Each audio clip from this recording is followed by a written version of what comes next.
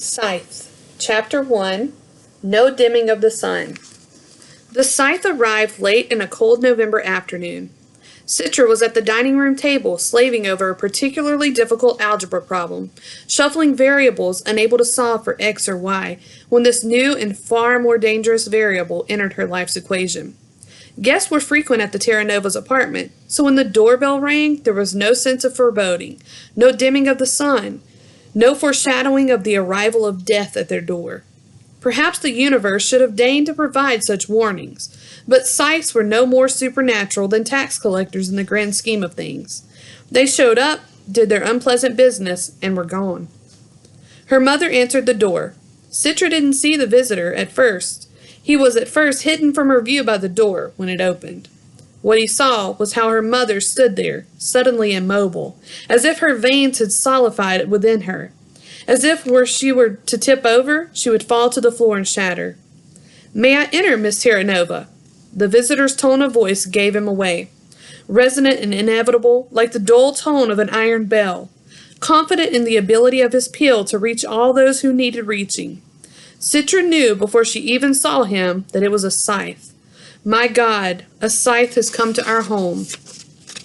Yes, of course, come in, Citra's mother stepped aside to allow him entry, as if she were the visitor and not the other way around. He stepped over the threshold, his soft, slipper-like shoes making no sound on the parquet floor.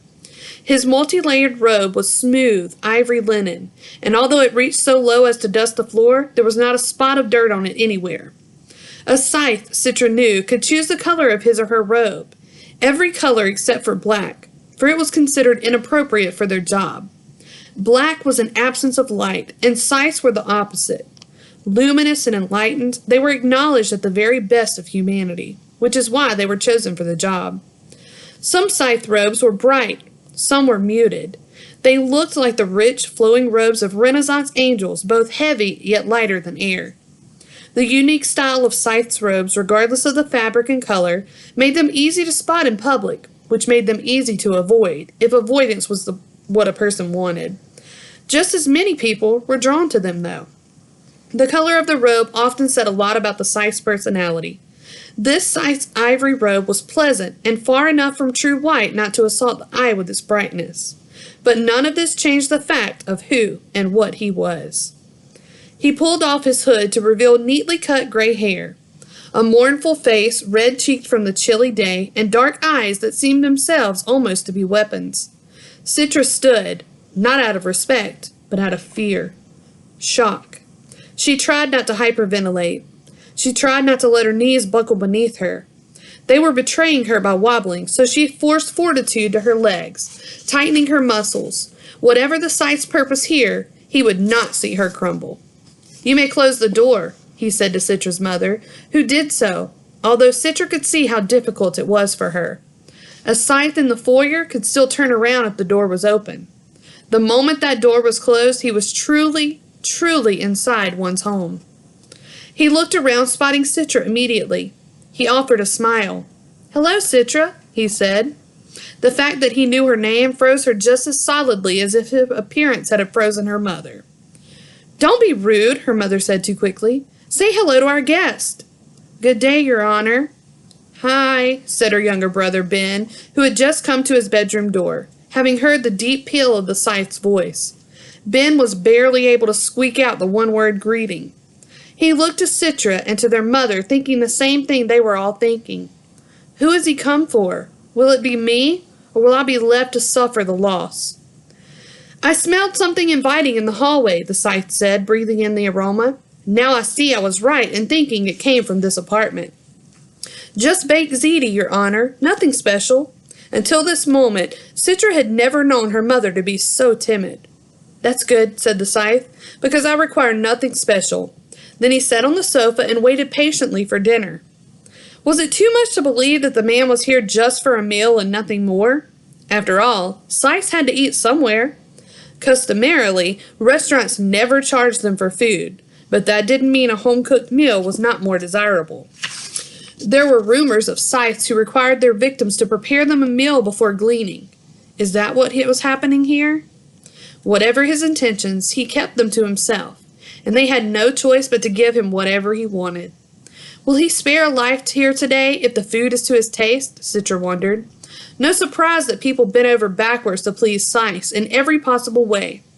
Hope in the shadow of fear is the world's most powerful motivator. Citra's mother brought him something to drink at his request, and now labored to make more sure that tonight's dinner was the finest she had ever served. Cooking was not her specialty. Usually she'd return home from work just in time to throw something quick together for them. Tonight, their lives might just rest on her questionable culinary skills. And their father? Would he be home in time? Or would a gleaning in his family take place in his absence? As terrified as Citra was, she did not want to leave the Scythe alone with her own thoughts, so she went into the living room with him. Ben, who was clearly as fascinated as he was fearful, sat with her. The man finally introduced himself as Honorable Scythe Faraday. I did a report on Faraday for school once, Ben said, his voice cracking only once. You picked a pretty cool scientist to name yourself after. Scythe Faraday smiled. I like to think I chose an appropriate patron historic. Like many scientists, Michael Faraday was underappreciated in his life, yet our world would not be what it is without him. I think I have you in my Scythe card collection, Ben went on. I have almost all of Mid-American Scythes, but you were younger in the picture. The man seemed perhaps 60, and although his hair had gone gray, his goatee was still salt and pepper. It was rare for a person to let themselves reach such an age before resetting back to a more youthful self. Citra wondered how old he truly was. How long had he been charged with ending lives? Do you look your true age, or are you the far end of the time by choice? Citra asked. Citra! Her mother nearly dropped the casserole she had just taken out of the oven. What a question to ask! I like direct questions, the Scythe said. They show an honesty of spirit, so I will give an honest answer. I admit to having turned the corner 4 times. My natural age is somewhere near 180, although I forget the exact number. Of late, I've chosen this vulnerable appearance because I find that when those I glean take more comfort from it. Then he laughed. They think me wise. Is that why you're here? Ben blurted. To glean one of us? Scythe Faraday offered an unreadable smile. I'm here for dinner. Citra's father arrived just as dinner was about to be served. Her mom had apparently informed him of the situation, so he was much more emotionally prepared than the rest of them had been. As soon as he entered, he went straight over to Scythe Faraday to shake his hand and pretend to be far more jovial and inviting than he truly must have been. The meal was awkward, mostly silence, punctuated by the occasional comment by the Scythe. You have a lovely home. What a flavorful lemonade. This may be the best baked ziti in all of Mid-America. Even though everything he said was complimentary, his voice registered like a seismic shock down everyone's spine. I haven't seen you in the neighborhood, Citra's father finally said. I don't suppose you have, he answered. I'm not the public figure that some other Scythes choose to be. Some Scythes prefer the spotlight, but to truly do the job right, it requires a level of anonymity. Right, Citra bristled at the very idea.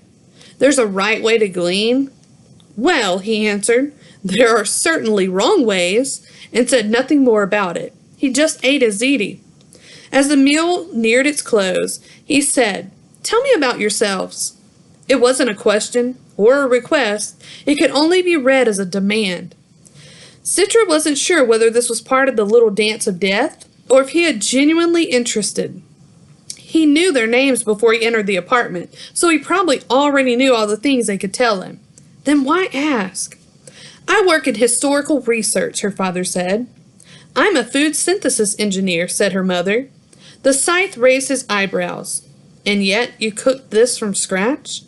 She put down her fork. All from synthesized ingredients.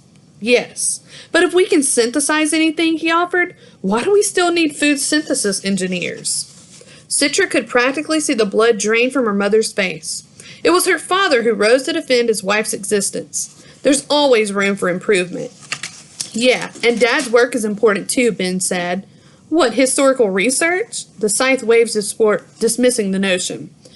The past never changes, and from what I can see, neither does the future. While her parents and brother were perplexed and troubled by his comments, Citra understood the point he was making. The growth of civilization was complete. Everyone knew it. When it came to the human race, there was no more left to learn. Nothing about our own existence to decipher, which meant that no one person was more important than any other. In fact, in the grand scheme of things, everyone was equally useless. That's what he was saying, and it infuriated Citra, because on a certain level, she knew he was right. Citra was well known for her temper. It often arrived before reason and left only after the damage was done. Tonight would be no exception. Why are you doing this? If you're here to glean one of us, just get it over with and stop torturing us.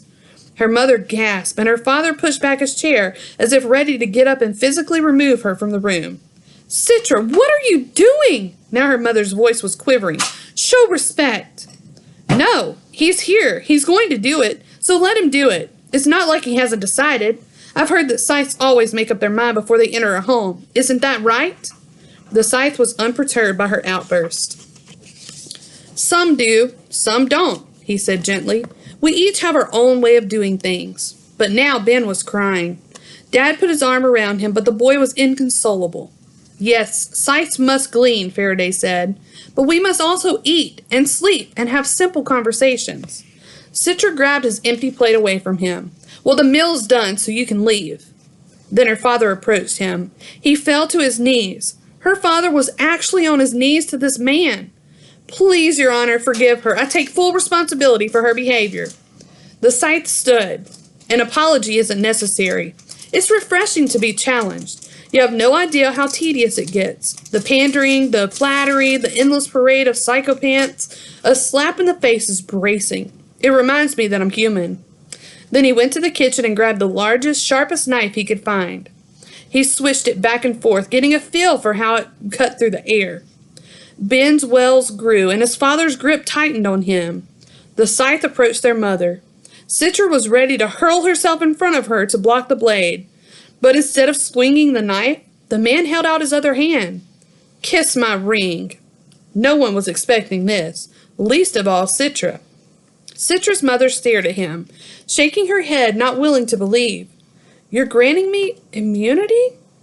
For your kindness in the meal you served, I grant you 1 year immunity from gleaning. No Scythe may touch you. But she hesitated.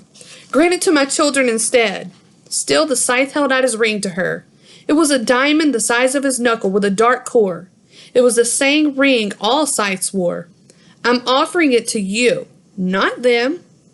But, Jenny, just do it, insisted their father. And so she did. She knelt and kissed his ring, and her DNA was read and was transmitted to the Scythesome immunity database. In an instant, the world knew that Jenny Terranova was safe from gleaning for her next 12 months. The Scythe looked to his ring, which now glowed faintly red, indicating that the person before him had immunity from gleaning. He grinned, satisfied, and finally he told them the truth. I'm here to glean your neighbor, Bridget Chadwell, Scythe Faraday informed them, but she was not home yet and I was hungry. He gently touched Ben on the head as if it delivered some sort of benediction. It seemed to calm him. Then the Scythe moved to the door, the knife still in his hand, leaving no question as to the method of their neighbor's gleaning. But before he left, he turned to Citra. You see through the facades of the world, Citra Terranova. You'd make a good Scythe. Citra recoiled. I'd never want to be one. That, he said, is the first requirement. Then he left to kill their neighbor.